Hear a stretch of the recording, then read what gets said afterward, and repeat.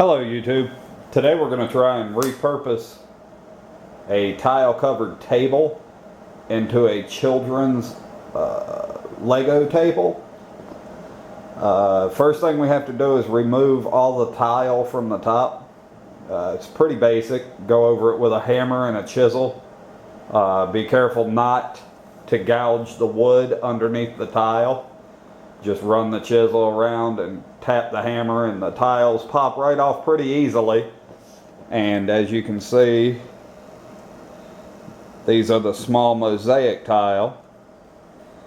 And it's going to take a lot of work, but it does come off.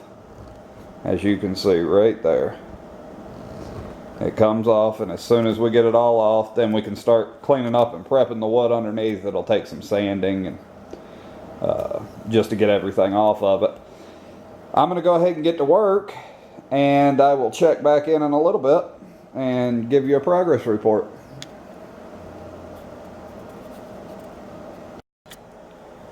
Okay, well, as you can see, it has been 23 minutes and 52 seconds, and I am more than halfway done.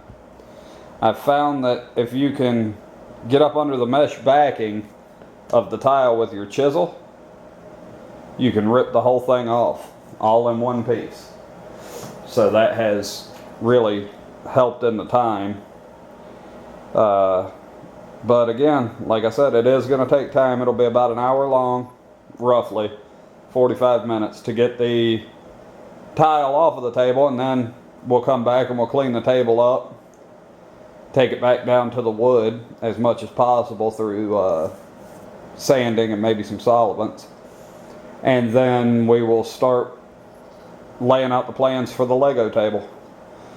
Be back soon. Alright, well, it's been about 45 minutes. It went a little quicker than I thought. All the tiles off. I've still got a little cleanup to do. Right now I'm going to go over it with some wet cloth and get off as much dust as humanly possible. That way I can see what's left. And then we will probably attack it with a power sander and some heavy grit sandpaper just to get it back down as close to natural wood as possible. I will give you another update as time goes on, and please keep watching. Well, as you can see, it's coming along nicely. I'd say I've got a little over an hour and a half in it thus far. Still got a little bit of time left, but we'll go ahead and get it all sanded down, get it all cleaned up, and then we'll start figuring out how to lay out this Lego table. Alright, well, as you can see, the sanding's done. Now, this is just a rough sand. At this point, if you were just wanting to resurface the table and reuse it, you would go ahead and finish the sanding. You would use finer grit sandpaper and progressively get finer and finer until you had a flawless surface, and then stain and shellac. I, however, do not want to do that. A rough sand is fine with me because half of the table is going to be covered with Lego base plates, and the other half around the rim is going to be built up with rulers or pencils to create kind of a fence that will hold in all the Lego pieces. Therefore, half of the table will be base plates that you can build on, and half of the table will just be storage. Now, chances are I will paint the entire base of the table green. That way it looks like one giant base plate, even though half of it isn't. I haven't made up my mind on that yet, though. So now the next step is we have to get base plates, and we have to get them cut, and we have to get them in place.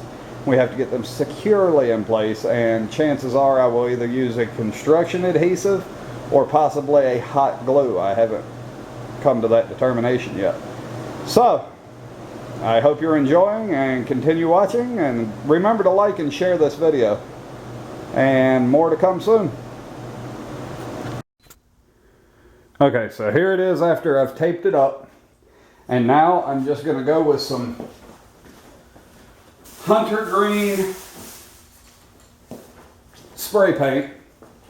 That's the closest I could find to match Lego tiles. And I'm going to go ahead and spray paint the entire surface, everything, even what's going to be underneath the tile. And I will get back to you with a progress report as soon as that's done. Okay, well that's after coat 1. Let it dry and we'll come back and see if it needs a second coat. And then we'll start cutting Lego base plates and putting them in place. And then all we have left is to build up the sides where the base plates are not. And we will go from there. Okay, so here's the table after painting. I had to put 2 coats on it. It was kind of boring, so I didn't figure you guys would want to see it. But that is 2 coats of paint. Everything was taped off so that the only thing that's green is the surface that I want to attach the base plates to. So now I'm going to go ahead and affix the base plates, and I will get back to you guys soon.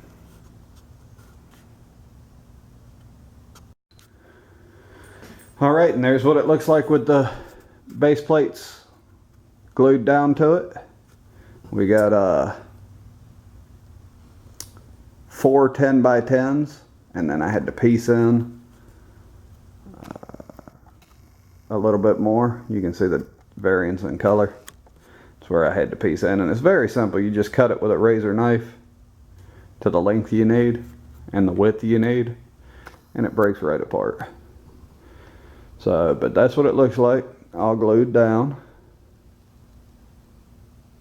And it takes up roughly half of the table, not quite, but about half of the table. And the beauty to it is you can keep adding to it as much as you want. But what we're going to do is give him what he has there, roughly half, and then we're going to use the other half for storage. That'll be where he keeps all his Legos.